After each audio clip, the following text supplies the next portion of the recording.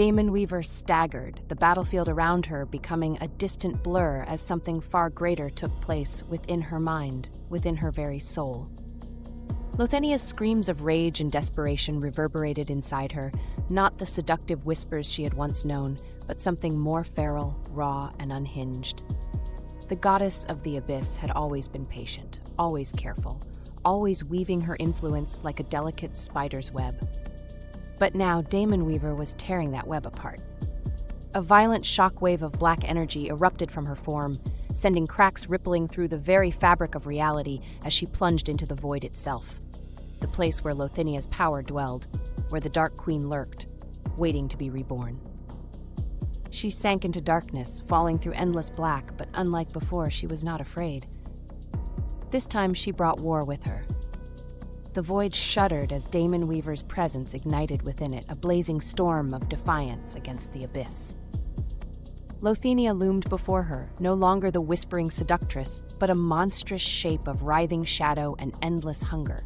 Her form was fluid, ever-shifting, eyes of violet flame burning from the depths of the abyss itself. "You dare resist me, child?" Lothenia's voice was no longer velvet and honey, but thunder and venom, a rage she had never revealed before. "I am no child," Daemonweaver snarled, and from her outstretched hands she unleashed the storm. Her power tore through the void, a cascade of searing violet and crimson energy, striking Lothenia's form and sending shockwaves of pain rippling through the abyss. The goddess screamed, writhing as Daemonweaver's power, once tainted by her influence, now turned upon her. "You are nothing without me!" Lothenia shrieked, her many clawed hands reaching, trying to consume Daemonweaver to reassert her control. But Daemonweaver did not falter. She was not a slave. She would never be a slave again. She lashed out once more, her magic tearing through the void, fracturing Lothenia's hold over her, unraveling the chains the goddess had wrapped so tightly around her soul. The abyss quaked, reality itself splintering, and for the first time in an eternity, Lothenia staggered back, weakened, wounded. And then the light came.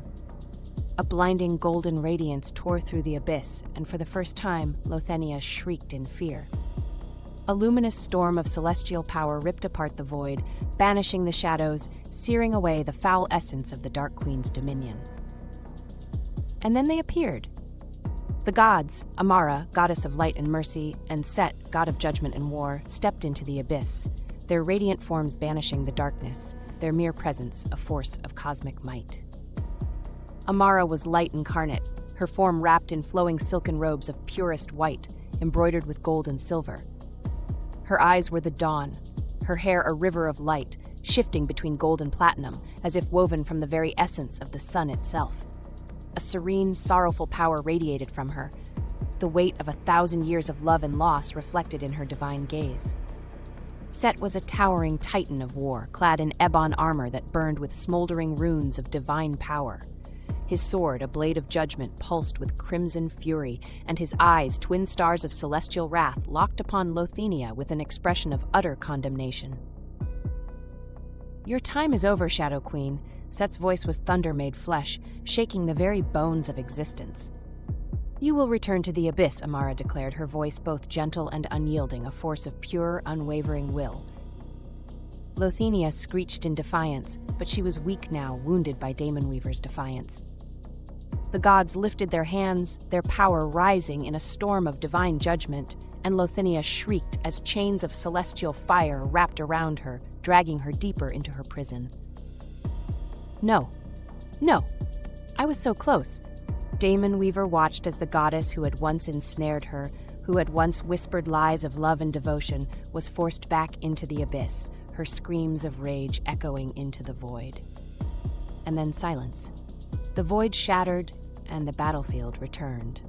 Daemonweaver gasped, collapsing to her knees as the ethereal chains that had bound her soul were gone. Above her, Amara and Set stood, their presence still radiant, their divine power shining across the battlefield like twin beacons in the night. She looked up at them, her breath shallow, her heart pounding with something she had not felt in years: fear. "You have been deceived, child." Amara's voice was soft, but held no judgment, only sorrow. And yet you still wield the darkness, Set observed, his tone neutral, watchful, his sword still in hand. Daemonweaver laughed bitterly, a dark, hollow sound. And what would you have me do? She spat. Fall at your feet, beg for forgiveness, serve you as I once did? Set's gaze hardened. That choice is yours. But know this, there is no path forward where you remain unchallenged. Amara's gaze bore into Daemonweaver's very soul, and for a moment she saw not a goddess, but a woman who had suffered, who had lost, who had been betrayed. You were never meant to be a puppet, Amara whispered. Not for them, not for us, but neither can you remain as you are. Daemonweaver felt the weight of their words, the truth in them, but she said nothing. For the first time in her life, Daemonweaver was truly free. And freedom was terrifying. The gods watched her in silence, waiting for her decision. And Daemonweaver, the woman who had once been a pawn, who had once sold herself to the abyss, who had once craved nothing but power, now stood between gods and warlords, her fate no longer written by another's hand. And for the first time, she had to decide who she truly was.